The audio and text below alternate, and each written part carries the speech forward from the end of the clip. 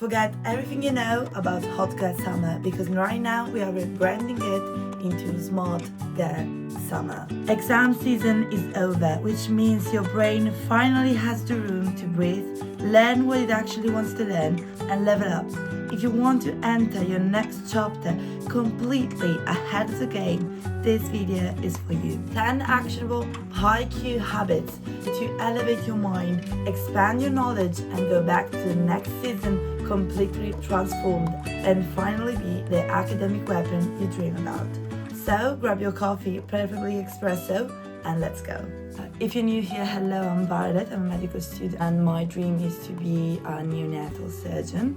I am also training for a half marathon and also writing a book about philosophy and psychology.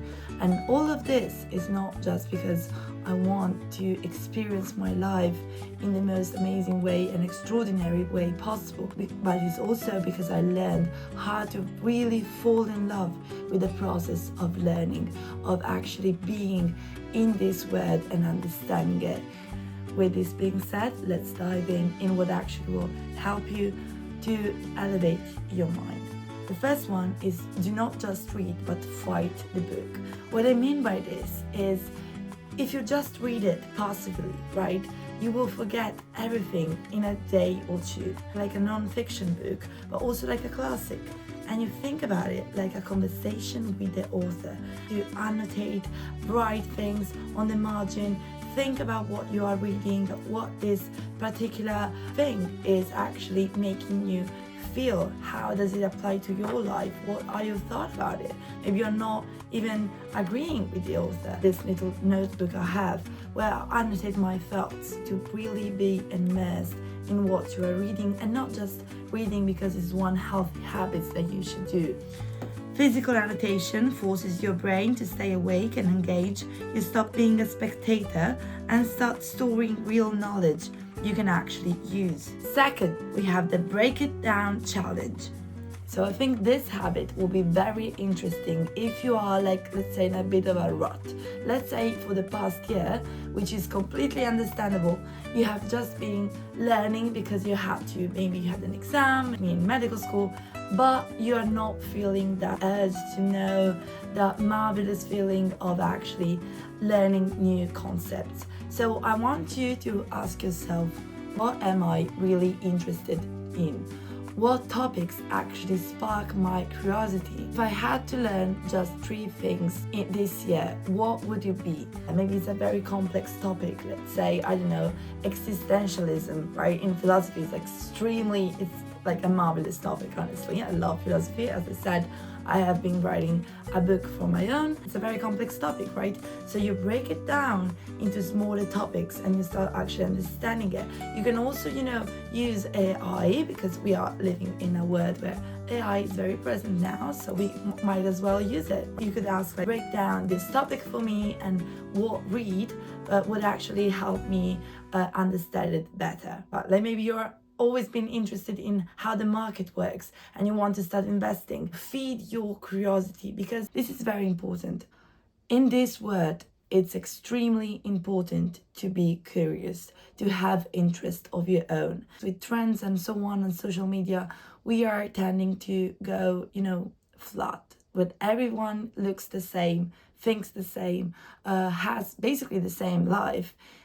Curse that we have with social media being all the same will not affect you because you have your own word. And when you have it, you're much stronger, you will make more authentic decision, and you will lead a life with actually so much meaning. There will be a beautiful journey. So that's why curiosity is extremely important. Now let's go back to our habits. I'm sorry, I get very passionate when I talk about these things. So let's go on with our third habit. Is the morning brain feed. Your brain is the most receptive right when you wake up.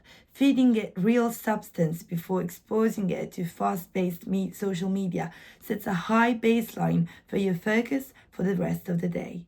Now, before you open Instagram, TikTok, and so on, spend the first 30 minutes of your day doing something that has no connection, like no internet connection needed, right? So it might be mindfulness, taking a walk outside and enjoying the sunlight, or reading with a cup of coffee. Best 30 minutes for yourself, and ask yourself, what do I want to do today? You don't have to be rigid, you know? Maybe one day you want to do yoga, one day you want to go for a run, one day you want just to have a light walk around the neighborhood. Read and still stay in bed, but read with a nice cup of coffee. You do you, but spend the first 30 minutes totally disconnected from technology, thinking actually of what you want to do before actually letting the whole world in your bedroom. Fourth, we have upgrading your lexicon. It can be so intimidating. It comes actually with reading a lot, right? When you read a classic literature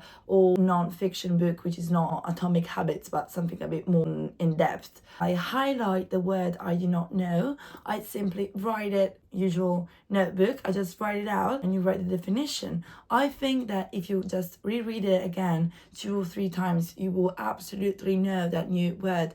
And having a complex, like a precise lexicon is not something that is just, useful for your academic career, but it's actually a way to further allow yourself to express yourself in the way you actually are feeling. The more words you know, the better you will be in communication, also in your relationship. Fifth, we have upgrade your content diet. You are what you consume. Stop feeding your brain junk food content. Aim for long form content, because in that way you are retraining your mind to actually pay attention. If you're just scrolling away your summer, it will be very difficult for you when you go back in September to school to actually pay attention. Next, we have change your scenery, unlock your mind. Take advantage as much as possible in summer of the nice weather. Maybe you live in a city, you can go to the National Library or to a museum if you have the chance, sitting on a very nice bench near the river, and you live, in the mountains. You can go actually spend time in nature and read in a like little forest. I think it's like the most wonderful thing ever. If you live near the sea, you can just go read or also do your homework just laying on the beach. Like, there is no rule that tells you that you have to be sitting in your bedroom to do the work you have to do. Novel and beautiful environment triggers slight dopamine releases in the brain, breaking routine mental fatigue and sparking fresh creativity. 7, we have the daily Socratic journaling. Spend 10 minutes every evening asking yourself heart-probing questions like, why do I believe this? What assumption am I making today? Lead me to actually think of this. Challenging your own thoughts, your own belief, has massive growth potential. Like, if you think about it, there are also in psychology, so many beliefs that we have that were actually put in us by society, by peers, by our parents.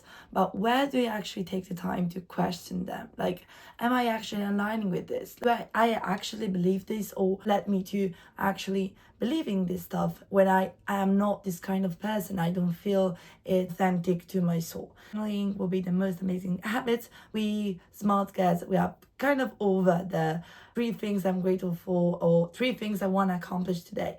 Go dive deep. Also be inspired by what you are learning, what you are reading, and write about it and ask yourself questions. You grow by asking questions. That's always been like this, and it'll always be. You can see it as a nightly self-interrogation. Like, for example, open a notebook before bed. Ask yourself 2 to 3 uncomfortable questions. Why did I get so defensive during the argument today? What assumption did I make that turned out to be wrong? Do I actually believe this, or am I copying my friends? Have train outside your main class. The coolest idea happened at the intersection of 2 completely different words.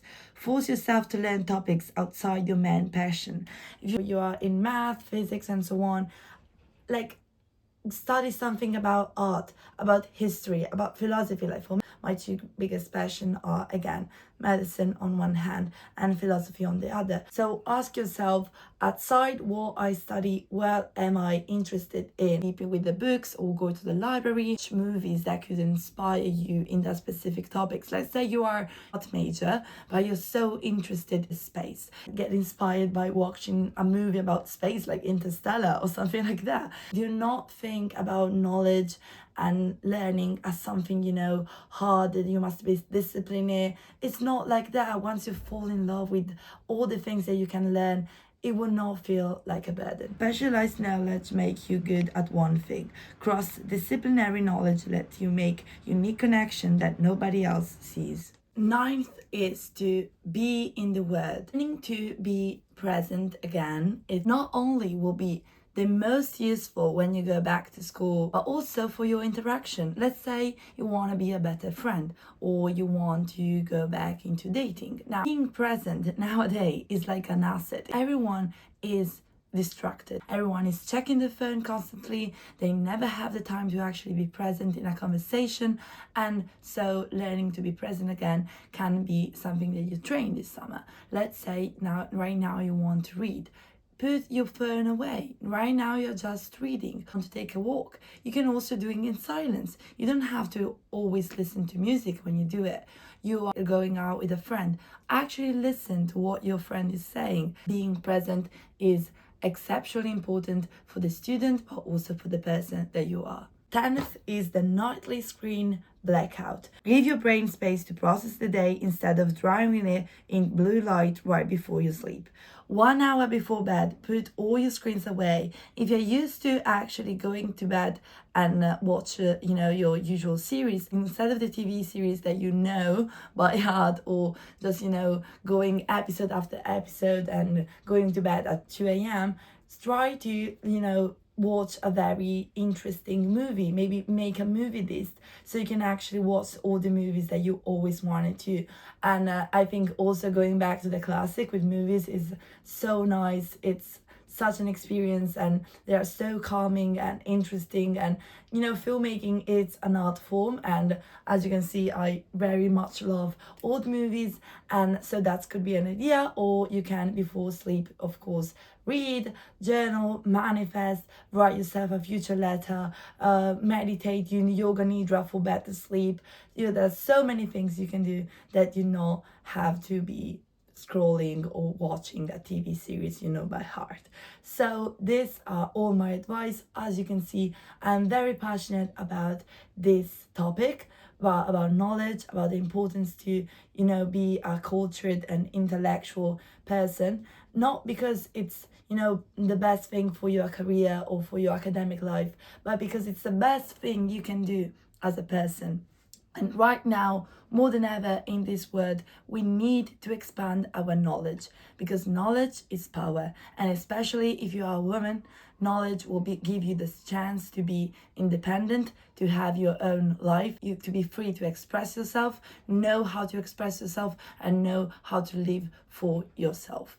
And this is exceptionally important. I'm very passionate about it. I will make a whole video about the importance of knowledge and how it will allow you to actually be free and independent. But apart from this, I really hope you enjoyed this video. I hope you got some valuable advice, and I really hope to see you soon. So consider subscribing and liking this video, and leave a comment, because I love when you write me so many nice comments. It really makes my day. So thank you so much for watching, and I will see you in the next video.